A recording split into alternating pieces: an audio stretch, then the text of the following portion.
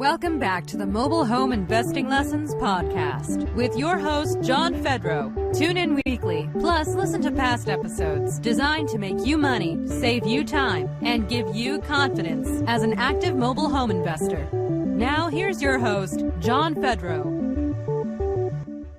Welcome back, everyone. This is the Mobile Home Investing Lessons podcast, take 2. This is episode number 34. This is awesome. I can't believe we've been doing 34 episodes at no rhyme or reason or fashion. Thank you for hanging around and listening to these podcasts. I'm super excited to be bringing in a very active, very awesome, down-to-earth guy, active mobile home investor. Beau, are you there? I'm here. Yeah. Thanks, John. Awesome. Yeah, you sound good. Thank you for being here. Yeah, thank you. We're going to talk about a bunch of stuff on this podcast. Normally, our podcasts just have like one topic that we kind of dive deep on, but there's a lot of things you've been doing, you've been seeing, and, should we divide that between a bunch of podcasts or just, put it in this one and make it awesome and full of a bunch of content? So that's what we're going to do. We're going to talk about a bunch of different topics. Before we jump into stuff, Beau, if you could, tell people about, a little bit about yourself. When you're not mobile home investing, what do you do, and or where are you? And as much as you'd like to say in a Cliff's Notes period of time. Yeah. Thanks, John. First, as we get into it, I just want to say, thanks for having me on the podcast. But more importantly, it's been great getting to know you and great working with you. What I do. So I'm actually, my day job, I am an active duty JAG in the Air Force. I was in the Marine Corps for a while, active duty doing that. And then I switched over to there, got a family, and everything. So I actually switched to the Air Force. And so that's what I do for my day job. We started investing in real estate back in 2009. I bought my first home, kind of took a lull there. I actually bought a duplex, lived in one side, rented out the rooms. So started doing that, been doing that ever since. And then about a year ago, it was just, things were kind of tough, and I was looking to ways to grow real estate. And I think I actually stumbled upon a Bigger Pockets podcast that you were on, talking about mobile home investing. And I happened to be staying at a hotel, and there was a giant mobile home park across the street from me. I was like, I should look into mobile homes. And so, about a year ago, got started in mobile home investing, and that's what landed me here. And thank you for that.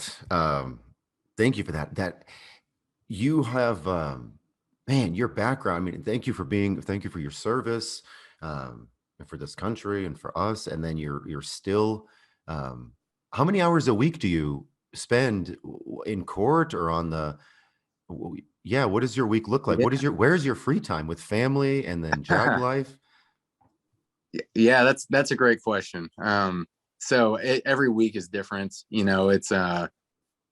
It really just depends. I'm in court. I guess COVID threw a wrench in things. COVID made stuff really weird, but now we're back and doing stuff normally, or kind of back to normal, the new normal, whatever they want to call it. So I don't know, I'm kind of averaging right now, like 1 to 2 court martials a month. So that's 1 to 2 trials a month. So, yeah. Wow.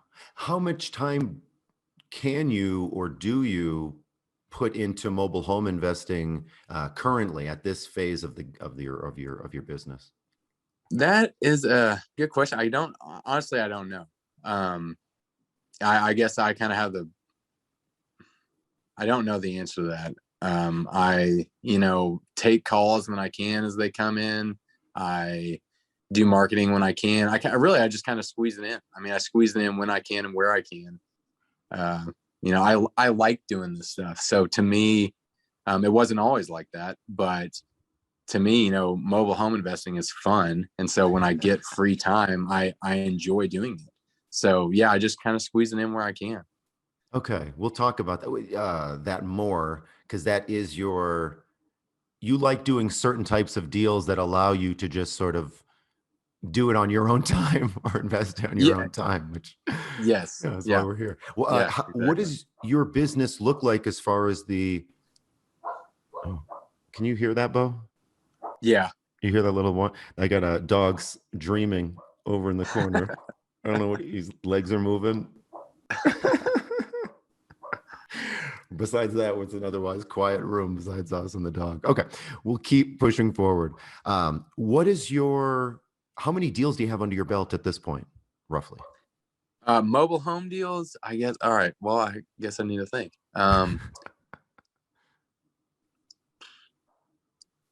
Probably somewhere around like the neighborhood of 20 to 30, I guess.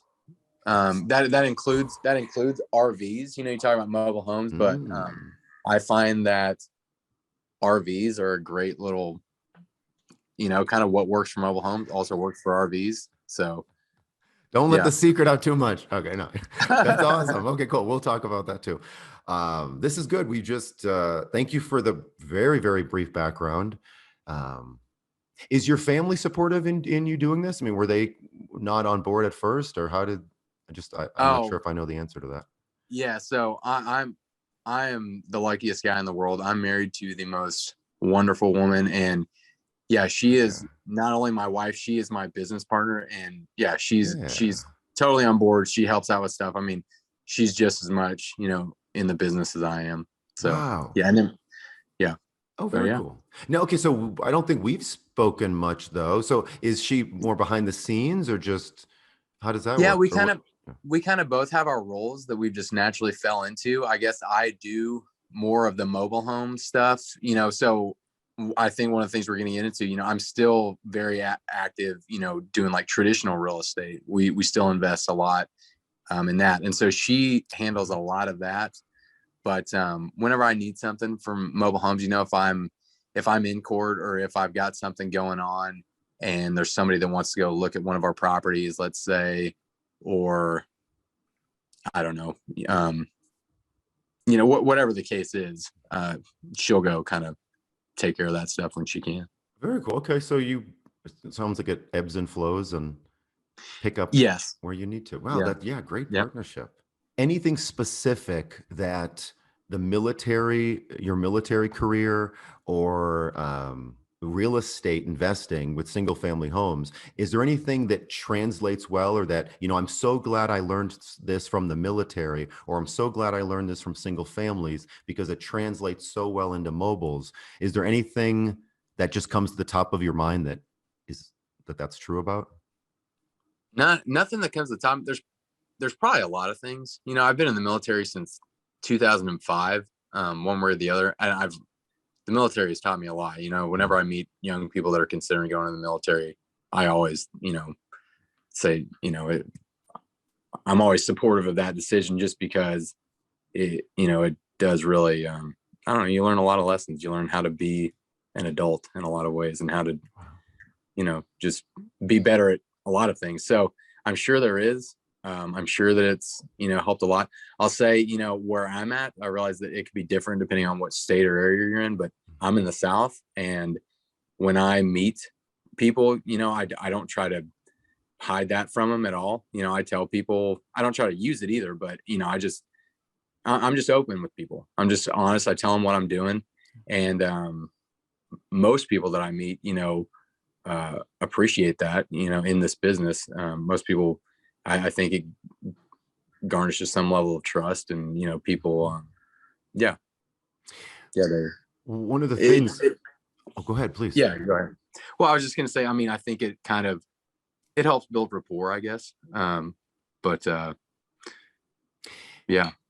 Building rapport. I know one of the things that we wanted to talk about, one of the things that, I specifically asked, what's something that you would like to discuss, the power of relationships. And I suppose that's how it begins, or ideally with honesty and That's what I believe 100%. I mean, I think, if you can't be honest with somebody about what you're doing, at least for me, I know I need to reevaluate it because, like this business is not about screwing people over. It's not about finding somebody and, stealing some mobile home from her, asset from her house, from whatever it is. It is, and you talk about this, I know, but it is about helping people. And if you're having to lie to somebody to help them, I would, my advice would just be reevaluate that. For real. Yeah. So yeah, it is about being open. Yeah. And relationships are so important. I have kind of, the keys, I think, for success, and I'm still learning. I'm not trying to act like I'm some guru that knows it all, but relationships are so, so important. Can we talk about a deal where that was important? I mean, you relationships with handymen, park managers, attorneys, other single family house investors, mobile home investors, city officials, your spouse. I mean, the list goes on. Like, yeah, Right. please, is there a story that comes to mind that relationships were crucial? Well, Yeah. I think every deal that I've ever done involved relationships, and really, I mean that. It's every single deal I've ever done. But yeah, like what you're talking about, kind of those key relationships with people, that's super important. Whenever I got into this business, got into mobile homes, there's one in particular that I can remember, and someone needed a mobile home moved. And it was the first time that I'd moved a mobile home. I didn't know anyone that moved them. I thought it would be pretty easy to get a mobile home moved. I realized that that was not necessarily correct, and there weren't a lot of people that did it. So it took me a while, and I overpromised, which is, I've learned to not do that. I was like, oh yeah, we can get this thing moved, no problem. Well, it was a problem, and it took me a long time to get it moved. When I finally did meet reliable movers, I learned he invests in mobile homes too. And so now, and this kind of going into another thing I think we're going to talk about, but now whenever I find something, those movers that I know, and now I've met a couple that are reliable and they all invest in mobile homes, those are some of the first people I call right away, because now that I've established those relationships, number one, when I'm talking to sellers, I can tell them, hey, this is how long it takes, or let them know realistically, if they have something that they need to move, I can tell them, hey, this is what you're looking at. This, as far as how much it's going to cost, how long it's going to take. But it's also a way that I can add value, which is really what it's all about for the seller, and say, but I know somebody that can move it right away, So having those relationships has been super important.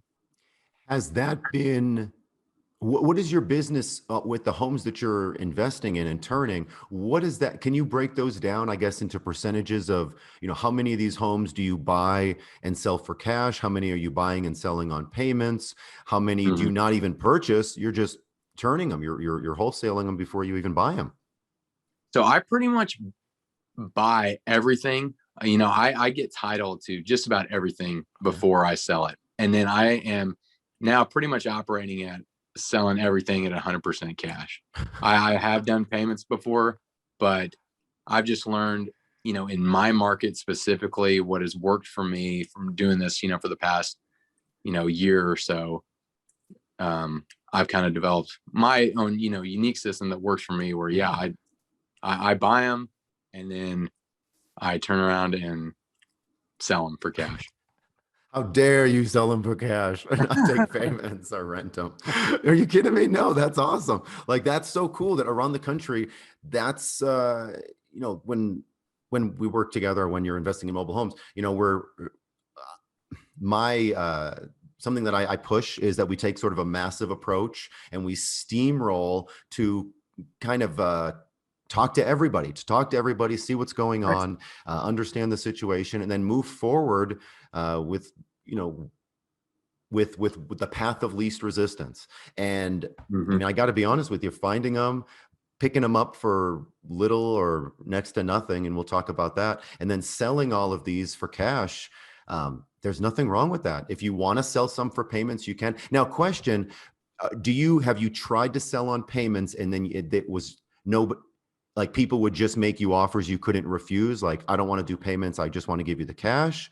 Or you were never that interested in payments? Or how did you find that that's what your market wanted? Or Yeah. So the first deal that I ever did with mobile homes, I kind of had it set up. It was in a park. I needed to leave it in a park, and I had it listed for payments, and I had it for cash or payments, whatever somebody wanted. And everyone that wanted to buy it, they wanted to pay cash, and they wanted to move it onto their own land. And the deal that I had set up with the park was that it was going to stay in the park. And the light bulb went off then that, oh my goodness, there is a huge market here for people that want cash, that have this certain amount of cash that they're willing to spend. And apparently just everybody's got country out in the, or land in the country somewhere that they want to put mobile homes on.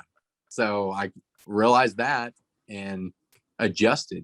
You kind of mentioned it, but you take massive action, which I know you preach, and it's so true. Take massive imperfect action and then learn what's working for you and what's not, and then adjust. Yeah, absolutely. Now, the numbers that you're selling for on cash, did you, well, actually, first of all, if you go, I'll remember this question, but something else, the park that we just mentioned, your first deal, they wanted you to keep the home in the community. Did you keep that home in the community, or did you sell it to someone that ripped it out of there? And did the manager dislike you for that, or what happened there? Oh no, I kept it in the community. I had to. I had signed a lease. I guess even if they had pulled it out of there, I was still on the hook for lot rent. So no, yeah, I kept it in the community. I ended up actually, so it was what happened with that one. I did get a guy that wanted to make payments on it. He came in, he was great. He paid for a long time, and then he hurt himself on the job. So he couldn't make payments anymore. He ended up moving back in with some family, I think, in a different state. So he was gone. So at that point I was looking for, to do something with it, but kind of back to the thread of our relationships. By then I'd been doing this for a couple months, and I had developed relationships with some of the other investors in my area. So I reached out to some of the investors that I knew that were interested in working in that park, and ended up selling it for cash to one of them. I realized that at that point, I realized that, cash was the way that I like to do things, and gave it to him.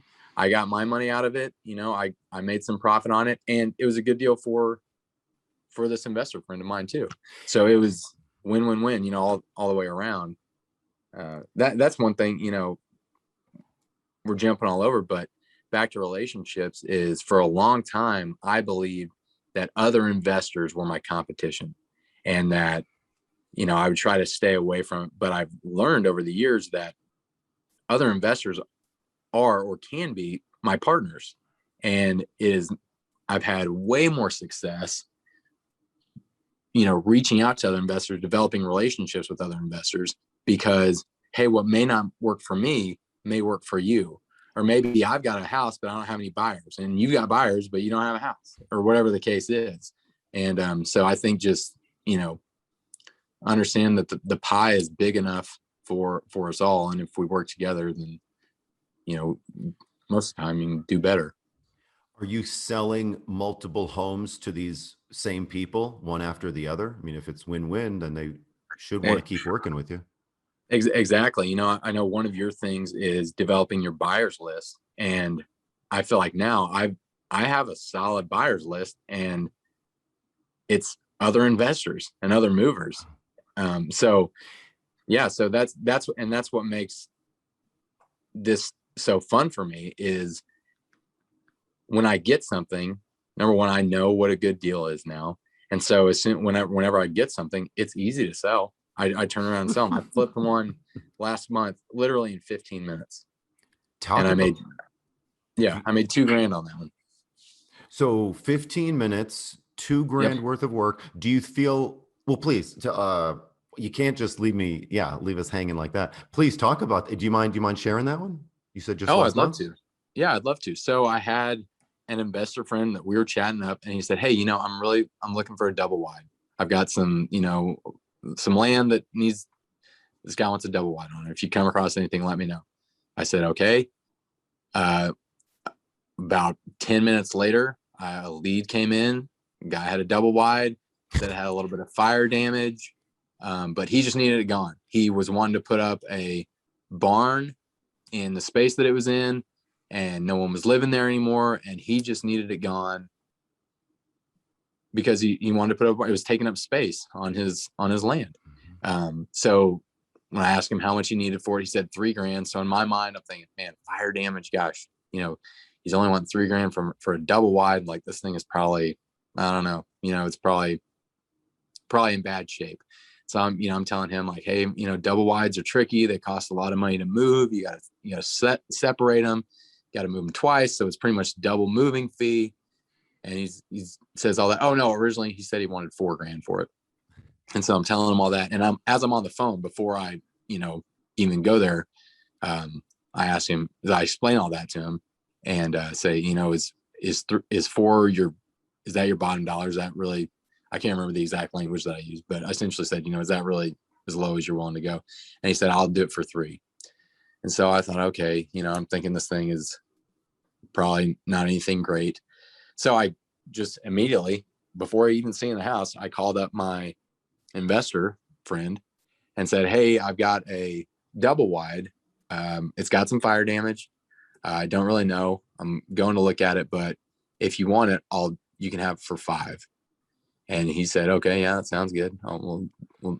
Let's, let me know when you're going over to look at it. So I think I was going to look at it at like, 5:30 or something that evening. I said, meet me over there at 5:45. And he said, okay. I go over there. I pull up. This thing is immaculate. I go inside. It is beautiful. Oh. And the only fire damage, the stove had caught on fire. And so there's a little fire damage around the stove. That's it. And so I'm like kicking myself. I'm like, this thing is a great deal. So, but then my buddy pulls up. I'd already told him $5,000. So I told the seller, I said, yeah, I'll definitely take this for $3,000. I'll get it moved. Gave him realistic expectations about how long it was going to take to move. I said it can take anywhere from 4 to 6 months. But as long as you're okay with that, and he was okay with that.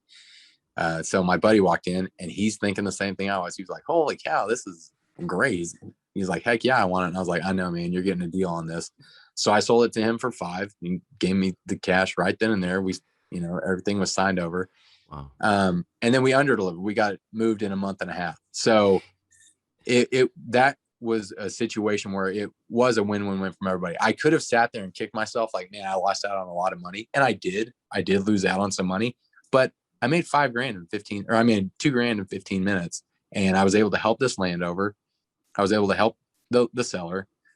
I made $2,000.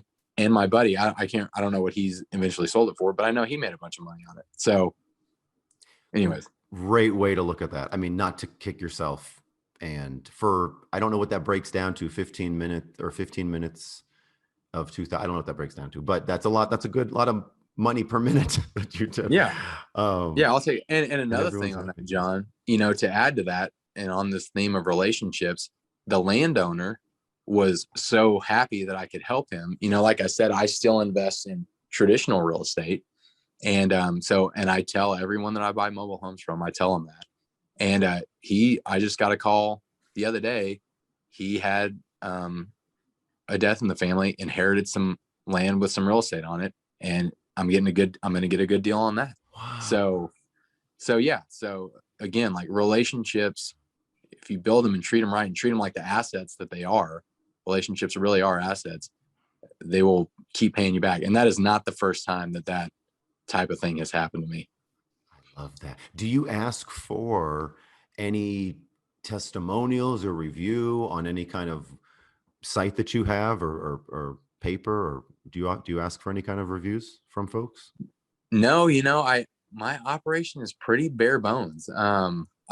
I don't have a website. I don't, I'm kind of maxed out on time. I'm not super tech savvy. I don't know if would be great at having a website, but please, you're overqualified for this business. Yeah, you have, you know what you're talking about. 4 to 6 months though to move a double wide. Is that what you're finding? I know you said you moved it. It was at the time. It's gotten a little bit better now, but something about it, I've got a theory on it, and that's probably outside the scope of this, but Ooh, yeah, it's conspiracy theory? no, No, okay. nothing like that. I'm a sucker for a good conspiracy theory, though. But I guess we can talk about that some other time.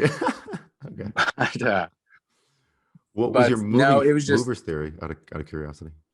well, it's kind of still going on, but again, all real estate markets are local, right? There's people talking about the national real estate market, but it's all everywhere is different. It's local. And I think it was just kind of a perfect storm in that real estate prices were through the roof. They still are, but they're through the roof, making housing unaffordable for a lot of people, which has drove up the demand for mobile homes. And like I said, in my area, there's a lot of people that want them moved. And in Arkansas, I think every state's probably different, but in Arkansas, you have to get licensed to move mobile homes. And in this area, there's only a handful of people that do it. The business, at one point, I looked into starting a moving business. And if someone wants to make some money, come to Arkansas and move mobile homes. It takes some time and it's a pretty large investment, which is what kept me from doing it. Buying the trucks, buying the equipment, spending the time to get licensed, and certified. Yeah, I think there was a number of guys that retired, and the demand for moving mobile homes went up. So it was just a supply and demand thing. Around the country, it does vary. In some areas of the country, there's too many movers. I mean, not too many, you get your pick and it's wonderful. But in other areas, it's like one mover shares like 3 states, or it feels like that. Right. When you're selling, I definitely don't want to open an old wound here, but the home that you sold for $5,000 to your investor friend, what do you think that you could have sold that one for? Or to the same guy, what do you think you would have resold? I mean, had you not invited him out, or you would have saw it first? Oh, I would have, I don't know how I would have played that.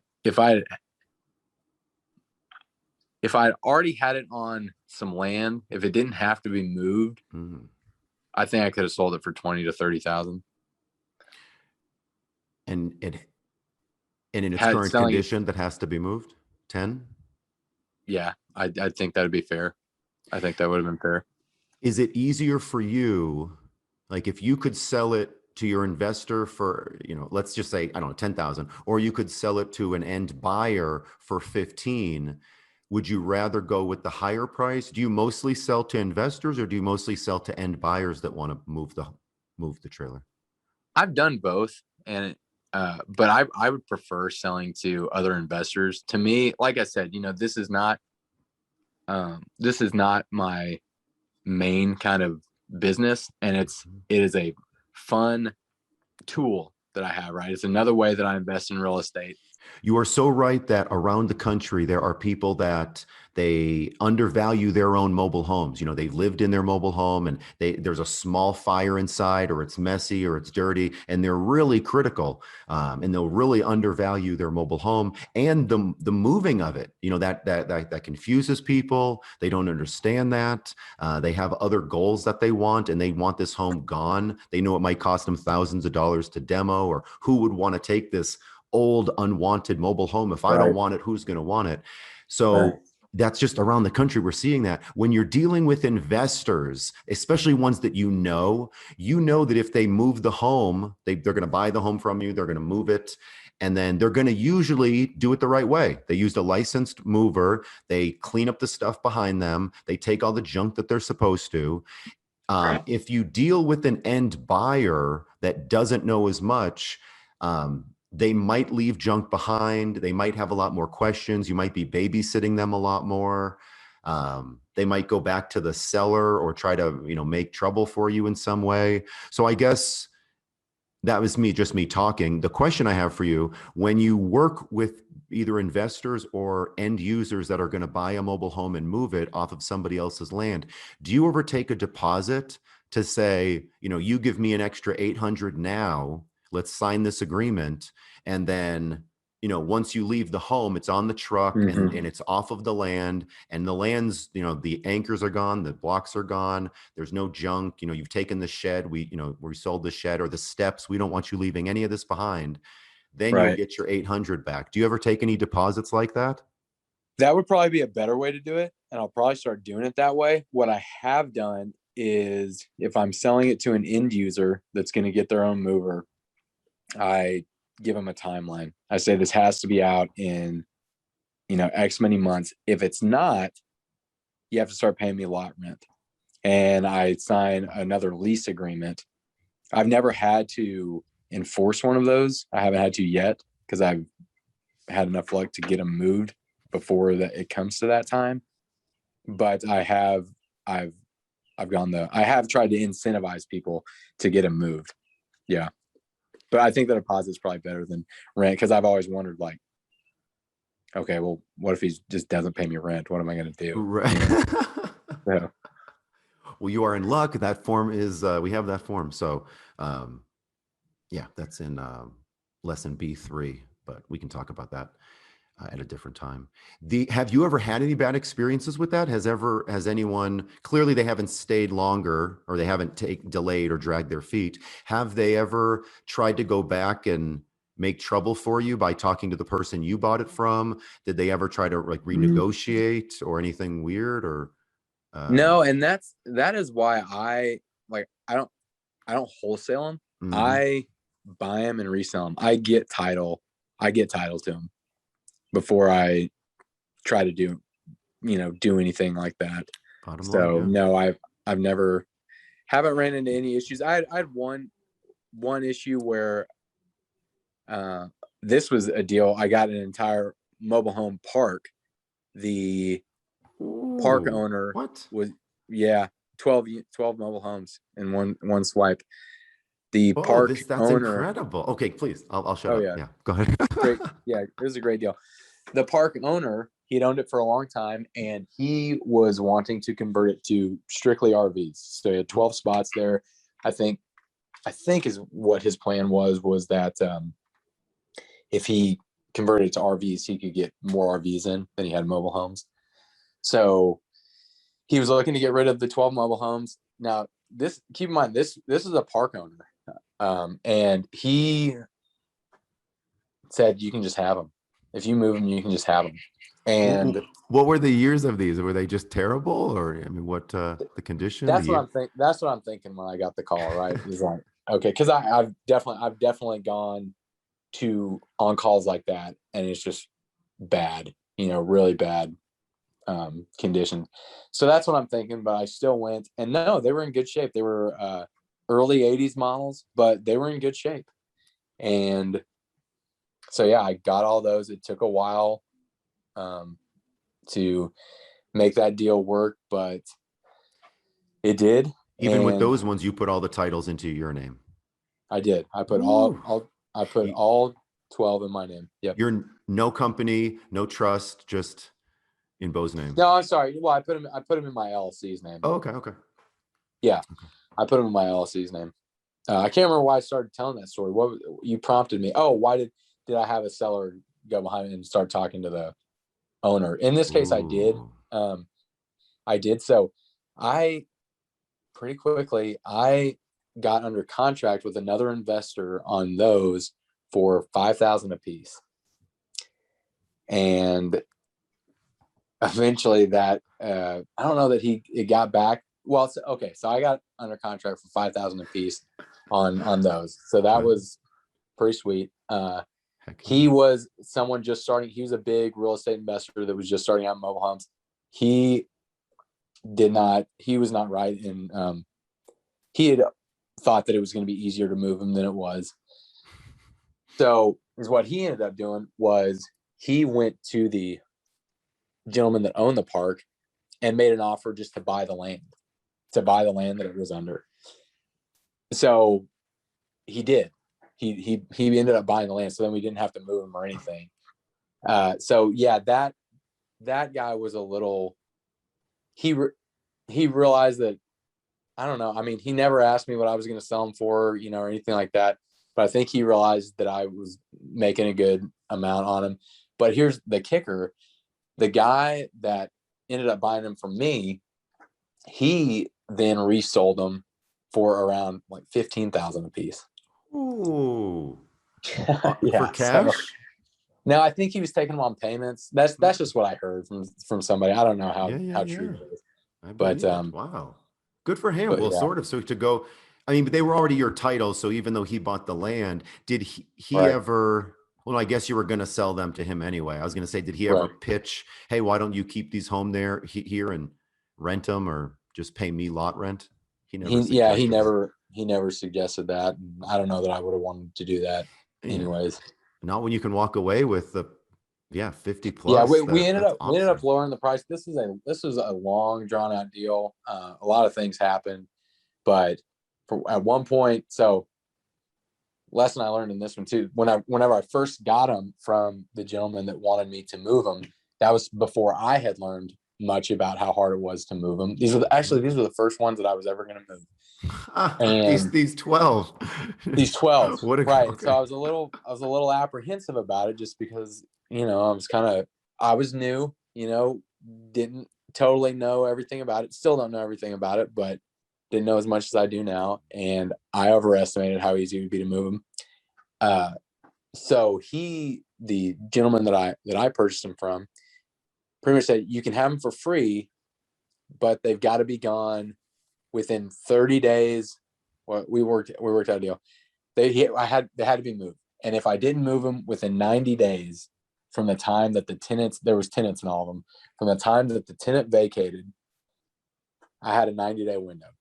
And if I didn't move them within 90 days, I had to pay for them to be demolished. I thought that would be fine. So actually after 30 days, I had to start paying lot rent. I had 30 days to move them. I didn't have to pay anything. Then after 30 days, I had to pay lot rent. After 60 days, I had to pay lot rent again. After 90 days, I had to pay to have them demolished. So I kind of took a big leap there and started to feel pinched, because I realized, oh man, it's not as easy to move these things as I thought it would be. So that's when I got him under contract with this guy. I pretty much, whenever I was selling him to this other investor, I pretty much made the same deal with him that I had with the original park owner. I said, you can buy him.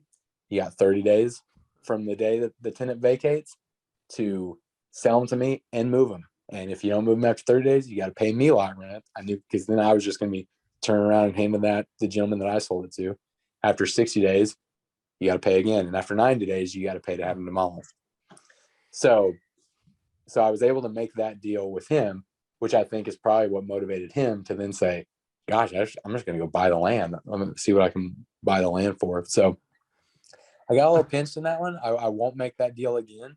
I learned my lesson there, that I overestimate when I'm talking about how hard it is to move them. I always say that it's going to take me longer than what I actually think it will. That way, whenever I move them sooner, the seller's happy, and I would never do that deal again, that to where I can demolish them, that say that I would pay for them to be demolished. So was almost a really bad deal, ended up being a pretty good deal. I hope it was a pretty good first deal. How long after you and I got Yeah. started working together did that happen? Did you stumble upon that?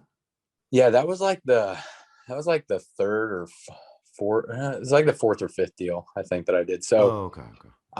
I came across that.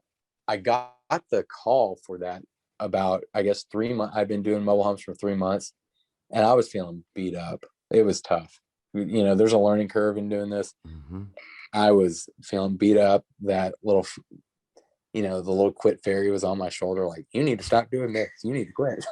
And I was about, to give in. But my brother, who is a really successful guy, he has a saying that, and I think he stole it from somewhere else, but it's the saying, the harder you work, the luckier you get. And it is, I believe it 100%. And so I just kind of, and his son is 4 or 5, and put a twist on that. And I like his son's twist even better. And that is, it's good luck to keep trying. And that's kind of my motto, is just, it's good luck to keep trying. And so I stuck with it. And then I got a call on this one. And yeah, it ended up being pretty good. Eventually I did renegotiate I didn't sell them all for 5,000. I ended up dropping the price to 3 because, didn't know what I needed to. But after I had sold a couple, I dropped it to 3. The gentleman that I was buying them from, he got put in a hard time. He actually had a heart attack and some other things. Oh, wow. So anyways. Well, that is incredible. Now, I gotta be honest. Well, I'm always hopefully honest, but some folks I work with, they like a lot of hand holding, need that, want that. Totally understand that. I would be somewhat similar. Other folks, that's not the case. We do not talk nearly as much. I mean, you are a problem solver. You're answering a lot of your own questions. Has the program been helpful? I mean, I don't want you to make mistakes, or I want you to feel, like you always have someone that you can rely on or call up when needed. So I hope that you always feel that way. I do feel that way 100%. And, that I'll say, something going back to the thread of relationships. So the best investment that I made of 2020, John, was buying your course. And I whatever couple grand that it was, when I remember when I was first looking at it, I was like, all right, who's this guy on YouTube telling people how to flip mobile homes? Like, I don't know about this guy. Scammer. Exactly. That's what's going through my mind. He wants, I can't remember, $3,000 or whatever it was to, buy his quote unquote program. I was just like, oh man, what am I getting into? But I don't know, something about it just felt right. And so I took it to my wife, right, my business partner, and she was like, I don't know about this. But we just pulled the trigger. It was like, well, let's do it. And I did. And John, that was the best investment that I made in 2020, because I was doing this the other day and I called you and told you about it. But I was looking at the income that I had made 100% from going off of your lessons and your program. And in less than 12 months, I have made over 6 figures directly related to what I learned from your course. Whoa. And not all of that. So for the $3,000 that I spent, it's got me 6 figures in return in less than a year. Like I said, a lot of these people that I have made relationships with that had a mobile home to sell, well, they know that, hey, there's this guy that I like who bought my mobile home. And then when their friend has some real estate that they want to sell, hey, I know this guy you should call, or whatever the case is. So I've done a number of traditional flips from the relationships that I've developed doing mobile homes. So that's added to it as well. I love that. That used to surprise me, that people, if I would have never even gone to their home, like I never even set an appointment, let alone made an offer or bought their home, but just speaking with folks over the phone, confidently educating people, low pressure, people like us. And you obviously mentioned, hey, pass my number around. It used to surprise me the amount of people that would, like, hey, this guy buys mobiles, you should try to call him. He seemed like a okay person. But I love that you're getting now calls from other folks that, have single family homes. Did you ever, while you were investing in single families, before your eyes were opened to the wonderful world of mobile home investing, did you ever throw those leads away, or that never really happened back in the day? I never even, I probably just never even considered it, just not what I'm doing. It wasn't, I don't even know that I got leads because I wasn't even I wasn't even looking for it. Yeah. That's so cool. Most of your business then is, what I'm gathering is you don't have a tremendous amount of time, and you're fitting in what's important to you. You're fitting in what you're able to do. What's important to you is, it sounds like, little headaches, little liability. You don't have much time. This isn't the biggest thing in the world that you're working on. But if you can help people and make money and cash out, that's working. So the deals that you're gravitating towards, and that you're able to help with, and your marketing is killing it. People are finding you. You're getting these homes for little to sometimes nothing. and selling them for a low price as well. You're passing that along. People don't have any arguments with you. They want to keep buying from you because you're giving them good deals. Do you foresee that you're getting, like, is your business now, is the radius expanding, or are you still staying busy with the locations that you're kind of already in, or do you find yourself kind of expanding naturally? Yeah, I'm expanding. As I've been telling close friends, relatives, family members, what I've been doing, they hear that and they're like, wow, that's great. I would like to do that too. So yeah, I've got other people, not working for me, but like partnering with me. I've essentially created other investors outside of the market that I'm in. And so they'll call me and say, hey, I've got this deal. What do you think? And I'll go in on those deals with them. So yeah, I've expanded. I guess, was that what you were asking? Like, geographically, have I expanded, or do you mean? Maybe I didn't understand. No, the I did question. mean geographically, but no, in Yeah. any other way as well. That's, yeah, what Well, this looks like in the now and then in the future, maybe. Yeah. yeah. So we are getting to the point. So my wife quit her job back in March, and so she's doing just real estate full time. Yes. And we're looking to. I should be there pretty soon too, where we're just both just doing real estate full time. Huge. And yeah, mobile homes have become another tool in the tool belt. Whereas before, I just would have sat there and wondered what I'm doing wrong or whatever the case is. Now I've just kind of got this. It's a good filler. It's a good filler for whenever I need it. So glad you can slum it with us some of the times when you're not investing in your mansions. Some people, no, I love that. Like, there's not a one size fits all. And mobile homes are not the end all be all of real estate, whether you're fitting it in, whether you want to do this full time, or you're just using individual homes as a stepping stone to get somewhere else. You've put in the work, you, your wife, your son. I mean, you're putting in the work. This education would be useless without you, making a name for yourself, a reputation for yourself. It doesn't sound like your business deals with a lot of park managers. In my business and, other mobile home investors' business, we usually deal with park managers a bunch. It doesn't sound like you're doing that as much. You're dealing with mostly homes on land, and then you're selling them to other people that want to move them on their land. That is what it has turned into. I met every park manager within about an hour's radius of me. Nice. And I'm really glad I did. Heck yeah. Because, whenever you start doing this, whenever you starting your program, and this is starting anything I've learned, but there's something, what do they call it?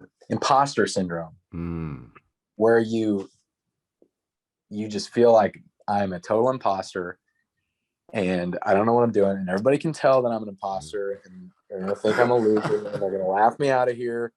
But going and talking to park managers is such a great exercise, if at nothing else. Oh, wow. Because you learn, or at least I learned, that when you go talk to somebody and you look like a total idiot, and they think you're a total idiot, and then you walk away and you're like, gosh, I look like a total idiot. And you realize it doesn't matter. It didn't matter that you look like an idiot, because guess what? Now you learn from that experience, and you can go to the next park manager or whoever and not sound as much like an idiot. And you just keep doing that over and over. And then you know what you're talking about. One day it's like, hey, I am the pro. I do know what I'm talking about. I'm not an imposter anymore. And the only way to, if you're going to have experience, no matter what it's doing, if it's being in a courtroom or flipping homes or selling mobile homes, you got to start somewhere, and you just kind of got to get over that. But talking to park managers, I learned so much. I just learned about the mobile home business. I learned about people who are buying and selling mobile homes, and I still have, a lot of those contacts. So I was going to say, in the beginning, I mean, if you sound newer and if you sound very green, there's a difference between, sounding new and green versus being a jerk or belittling somebody or being rude to somebody. So even if you are newer or greener, being humble and sincere and proactive and inquisitive and asking questions. And, you can, I guess I'm getting, I don't think anyone threw you out of the office or, No, even on those certainly not. first few. So Yeah, and great. that's the other thing. If anyone, if you ever, I don't know, did you ever listen to Tim Ferriss by Oh chance? yeah, for sure. Yeah. So Tim Ferriss has he calls it he is a big stoic, right? That's like a philosophy, stoicism. But one of the big, I don't know if it's a tenet or principle of stoicism is that a lot of the suffering that we experience is just within our mind. It's not real. And that's kind of what I was getting at is being afraid, not doing so. I used to not do things because I was afraid that I was going to look stupid. Whenever I was in high school, I didn't ask girls out because I was afraid I was going to get rejected.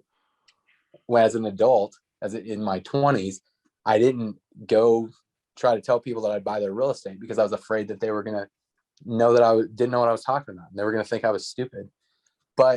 And that fear held me back so much that number one, I didn't get the date with the girl because I didn't ask her. I didn't get the houses because I didn't go ask.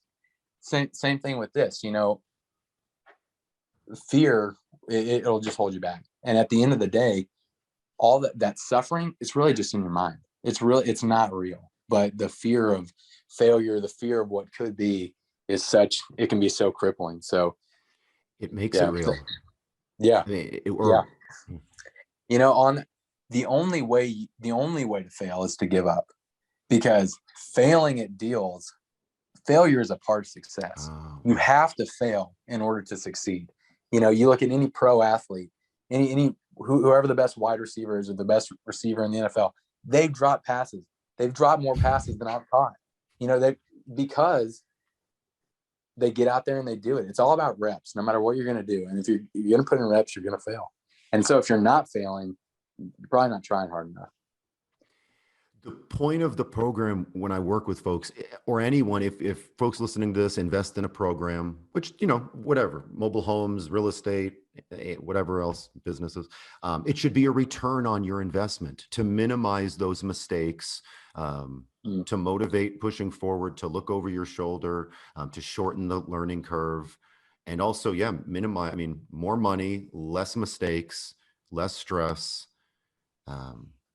Absolutely. Anyway, but it would be worthless again without you making these relationships. Now more people know you, people like you, you're getting calls back, you're getting these referrals. You're not stopping anytime soon. Awesome, Beau. And you did touch on something huge there. Having a mentor that makes it so much better, because you can go out there and there is the hard way to learn, and that is by failure. But having a mentor like you have been, John, it makes it so much easier, because whenever I do get stuck, I at least can call somebody up and be like, hey, what should I do here? Give me an idea on how I should approach this, or whatever the case is. And that is something that I did not expect whenever I purchased your program. I thought, hey, I'm buying this program. I've gone to seminars before. I've bought programs before where it's like you get a curriculum or whatever the case is. You teach it and then it's over. With you, I really I bought a mentor, I bought a partner, I bought a relationship, a very valuable relationship for me that, continues on to this day. So that is something, I'm just super thankful for you, John. I'm super thankful that I took the risk, spending that couple grand or whatever it was, to buy your program, because, been a great relationship. Going back to our theme, it's been a great relationship. Thank you for saying that. That really means more than you know. I feel I can't really. I believe you. I believe your words. I hear your sincerity. For me, and I guess again, it's perception is reality. Like the internal thoughts of not doing enough for Beau, or need to see it's been it's been over a week or more. What's going on. And anyway, thank you for saying that. That means a ton. Still would have been, you're the one putting in all the effort and work. And yes, we're spending time together, but keep it up. I want to know you for much longer. I would love for you to own. Do you want to own parks? What's your idea there? What's your well, thoughts Well, first, likewise, John. I mean, yeah, I definitely want to know you for much longer too, and keep this going, keep this friendship going. But yeah, as far as parks, I definitely want to own parks. I'm actually looking at a deal right now. Oh, I'm working on getting a park right now. It was a deal that a guy called me to come and move some mobile homes. I go and look at him. He said he had 4 of them that he wants me to look at. They need a lot of work, right? That's what I heard, and you hear that a lot. But so I go and I'm looking at them, and they're total garbage. They're horrible. You can't. A stray cat wouldn't live in these things. So I tell him that. I said, hey, I'm sorry, this is just not going to work.